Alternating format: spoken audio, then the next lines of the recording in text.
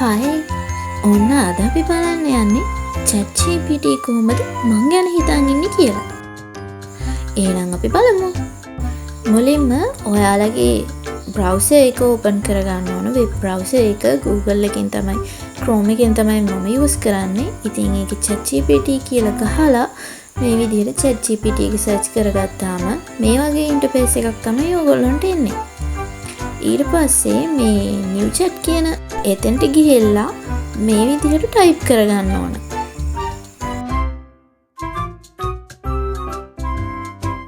ඒක type කරන්න තියෙන්නේ make a picture the way you imagine me කියලා. ඉතින් මම මේ විදිහට type කරගන්නවා.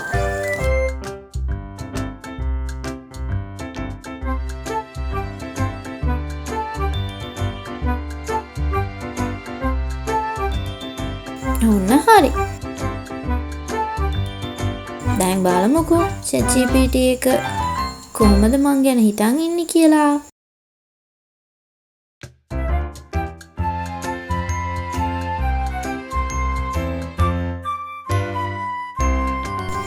ඊට පස්සේ මෙන්න මේ විදිහට ඔයාලගේ picture එක description එකකුත් එක්ක load වෙනවා. අන්න හරි. මේ තියෙන්නේ ChatGPT මං ගැන හිතන් ඉන්න විදිහ.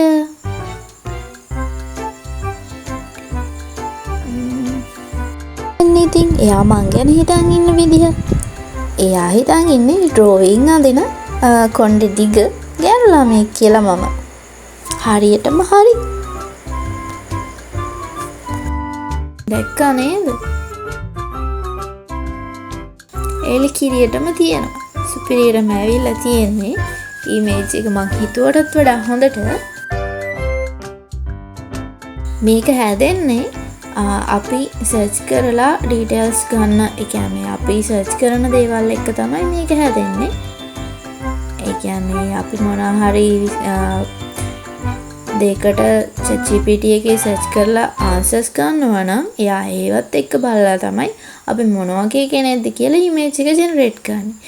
මේ තියෙන්නේ ඉතින් මම ඒ විදිහට generate වෙච්ච image එක හරියම ලස්සනයි නේද? ඔයාලටත් පුළුවන් ChatGPT open කරලා අර විදිහට මං ගහපු prompt එක ගහලා ඔයාලා ගැන එයා හිතන් ඉන්නේ කොහොමද කියලා බලන්න. එහෙනම් bye.